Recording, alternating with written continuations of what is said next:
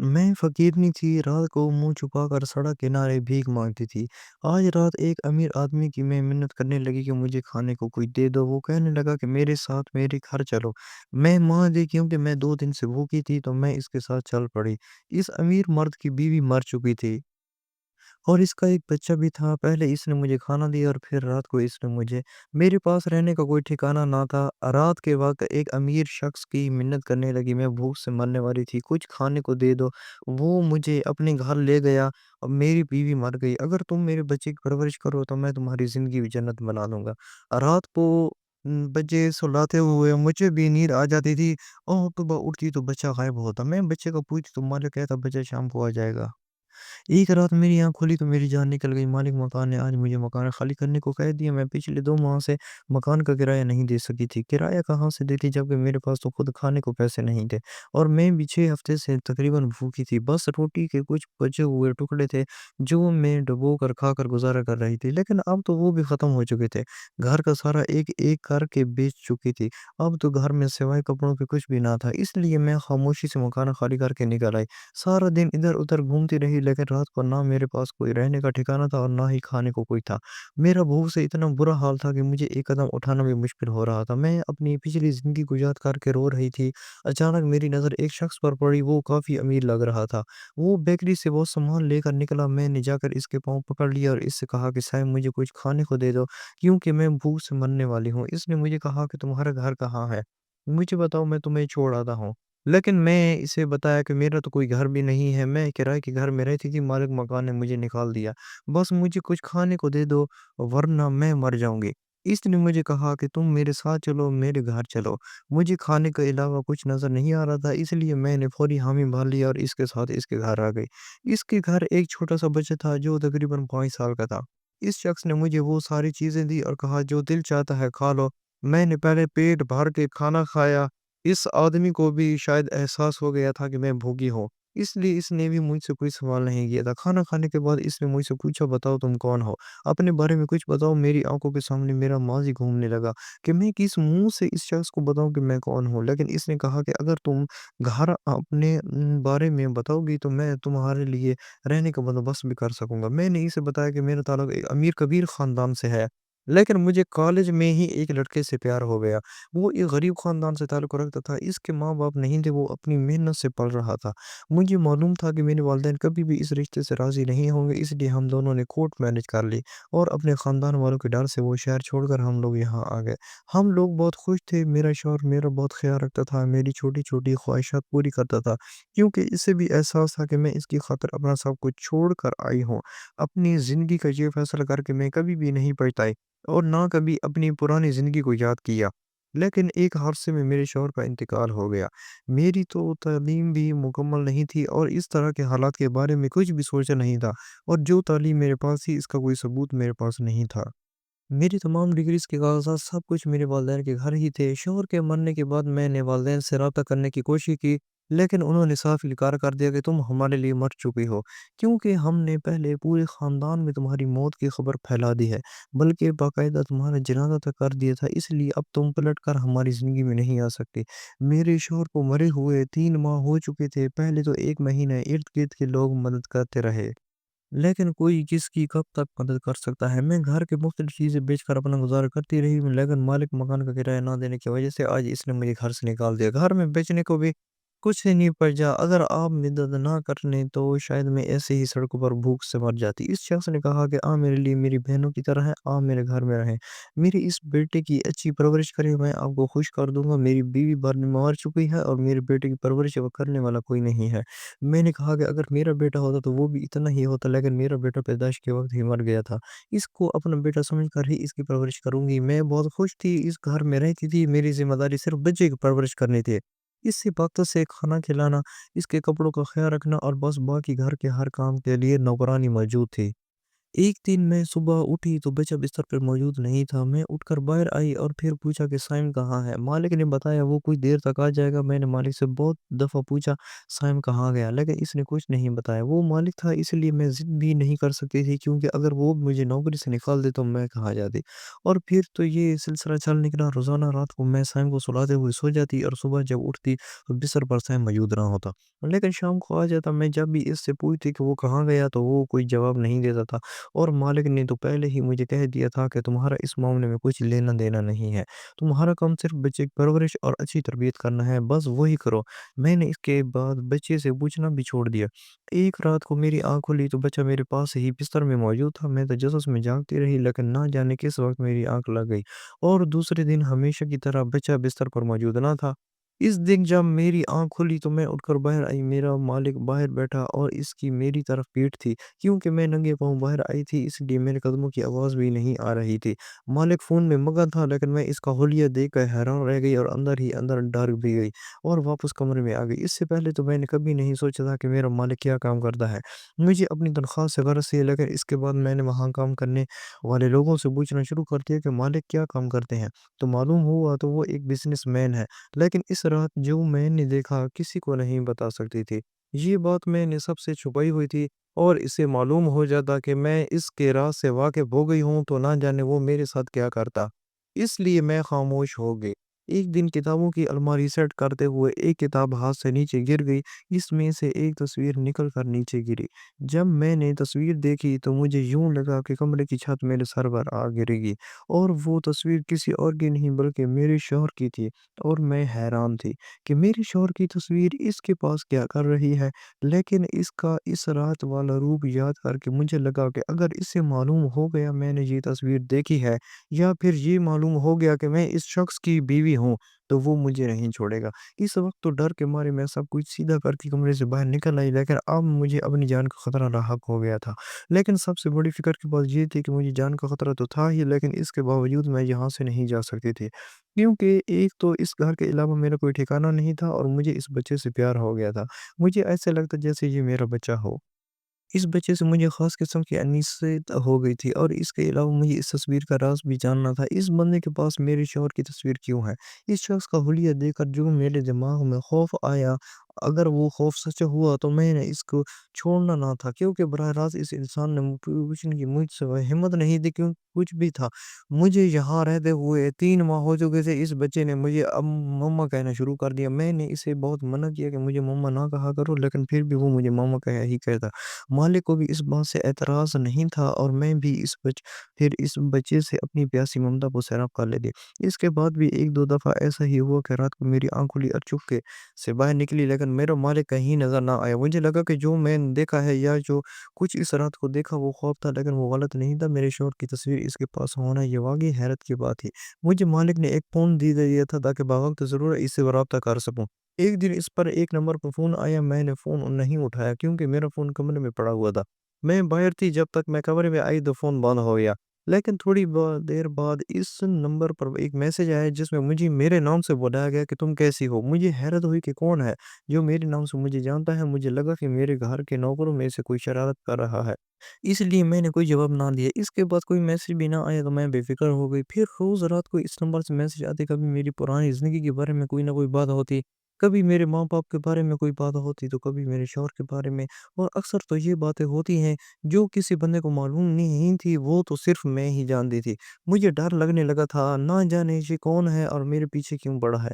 मैं ये बात किसी को भी नहीं बता सकती थी। इसका एक ही तकाज़ा था कि इसे अपना दोस्त समझो। मुझे कोई भी मसला हो तो मैं इसे सिर्फ़ एक इशारा कर दूँ, वो मेरा मसला हल कर देगा।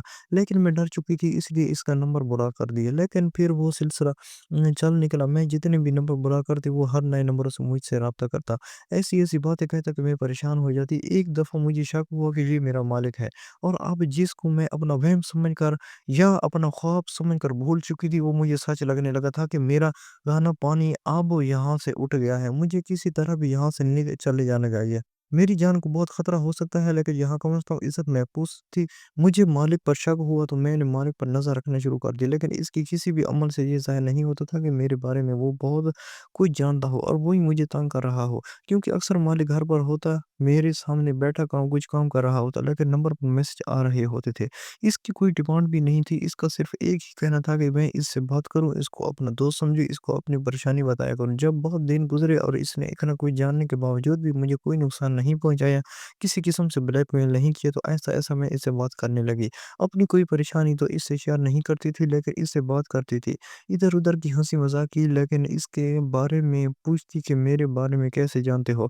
तो वो जवाब नहीं देता। अपने बारे में ये बताता था कि प्राइवेट जॉब करता हूँ और ये कि वो गैर शादीशुदा है। इस दुनिया में कोई नहीं है, दुनिया में तो मेरा भी कोई नहीं था, इसलिए मेरी इससे दोस्ती हो गई। मैं कोशिश करती कि किसी के सामने इससे बात ना करूँ, इसलिए मैंने ये बात भी कह दी और इसने भी कहा कि वो इस चीज़ का ख़्याल रखे। अब हम अक्सर रात को बात किया करते। जब सब सो जाते तो रात को देर तक बातें करने की वज़ह से सुबह मेरी आँख नहीं खुलती और जब मैं उठती थी तो बचक नहीं होता। अब मैं इसकी आदी हो चुकी थी, ये सब मैं इससे डिस्कस नहीं करना चाहती थी। क्योंकि ये इस घर का रास्ता और इसने इस घर का नमक खाया है और वैसे भी वो कौन था? जो कुछ इसने अपने बारे में बताया था वो सच था या नहीं? मैं नहीं जानती थी, मेरे लिए वो बस एक टाइम पास था, जिससे बात करके अपना आप हल्का कर लेती हूँ। एक दिन शाम को मालिक और इसका बच्चा दोनों आगे-पीछे चलते हुए घर आए थे। आते साथ मालिक ने कहा कि जल्दी से चाय और इसके साथ चीज़ों का इंतज़ाम कर दो, क्योंकि इसका बहुत करीबी दोस्त आज घर आने वाला है। मैंने चाय के साथ-साथ पकौड़े और इस तरह की चीज़ें भी तैयार कर दी। मुझे बाहर से आवाज़ आना शुरू हो गई, जिसे महसूस हो रहा था कि मेहमान आ गए हैं। मैं कामों में मसरूफ़ हो पर वो फ़ोन वाला बंदा और इसकी बात खुल गई थी। इसने कहा था कि वो मुझसे मिलने आएगा। मैं बाहर निकली तो लाश में खड़े इंसान को देखकर मेरे मुँह से बेसाख्ता चीख निकल आई। और इसके बाद मुझे कुछ होश ना रहा। जब मुझे होश आया तो मैं अपने कमरे के बिस्तर पर लेटी हुई थी और मालिक और वो इंसान मेरे बिस्तर के पास खड़े थे और वो इंसान कोई और नहीं बल्कि मेरा शौहर था, जिसकी लाश मैंने अपने हाथों से दफनाई थी। मैं तो इसे हैरत से देख कर रही थी।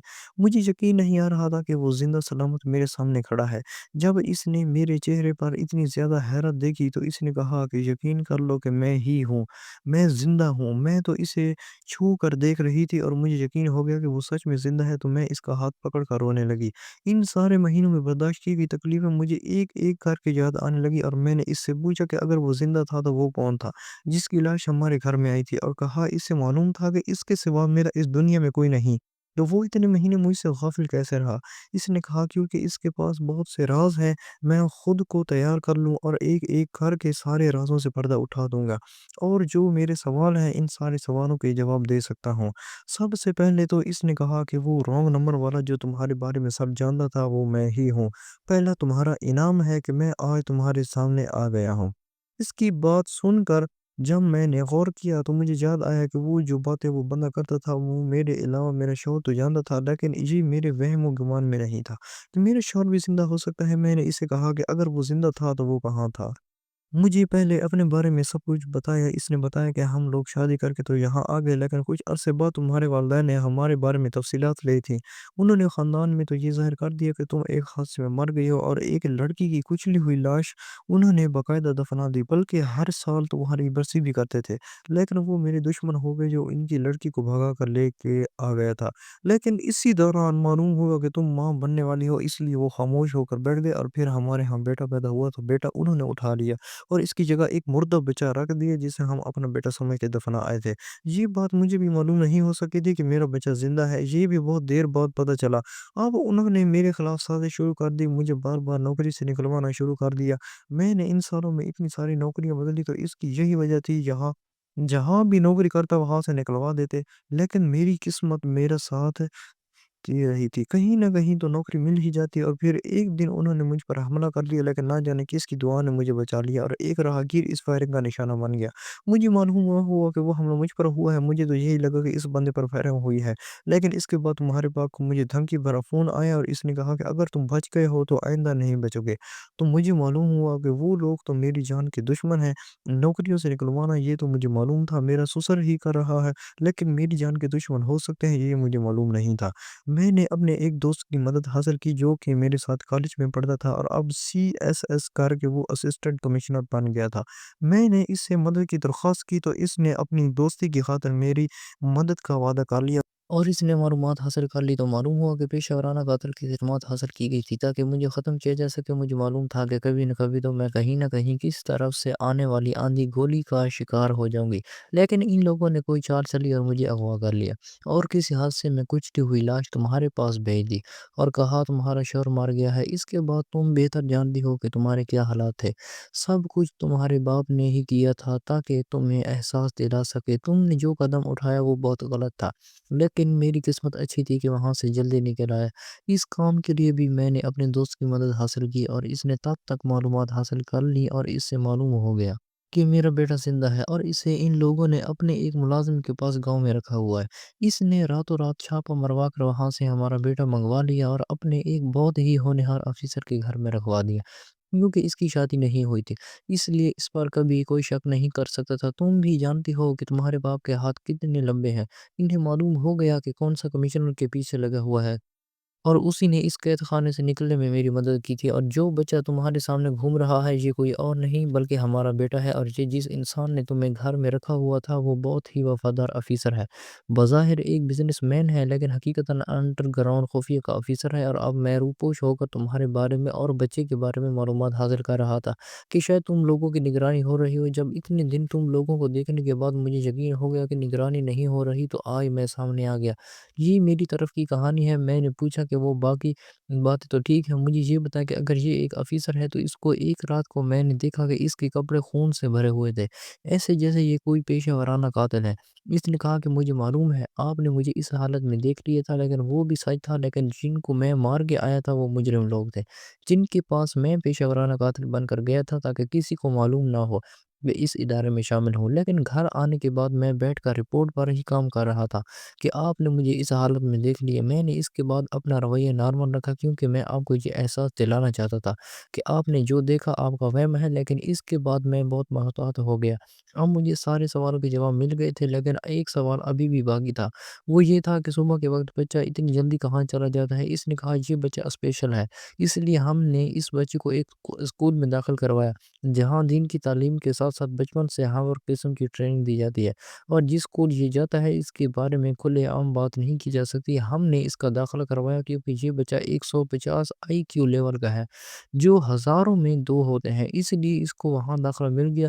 میں صبح اسے چھوڑ آتا پھر شام کو وہاں سے لے آتا تاکہ کوئی بھی معلوم نہیں ہوتا کہ وہ کہاں جاتا ہے۔ اس کو بھی ہم نے سختی سے منع کر دیا اور کسی کو نہ بتایا کہ وہ کہاں ہوتا ہے سارا دن، اس لیے یہاں کوئی اس بارے میں بات نہیں کرتا۔ میں نے اپنے شوہر سے پوچھا کہ اگر اب ہم لوگ الگ کسی گھر میں رہیں گے تو بھی میرے والدین کو تو پتہ چل جائے گا، کیا ہم ساری زندگی خطر کے ساتھ رہیں گے؟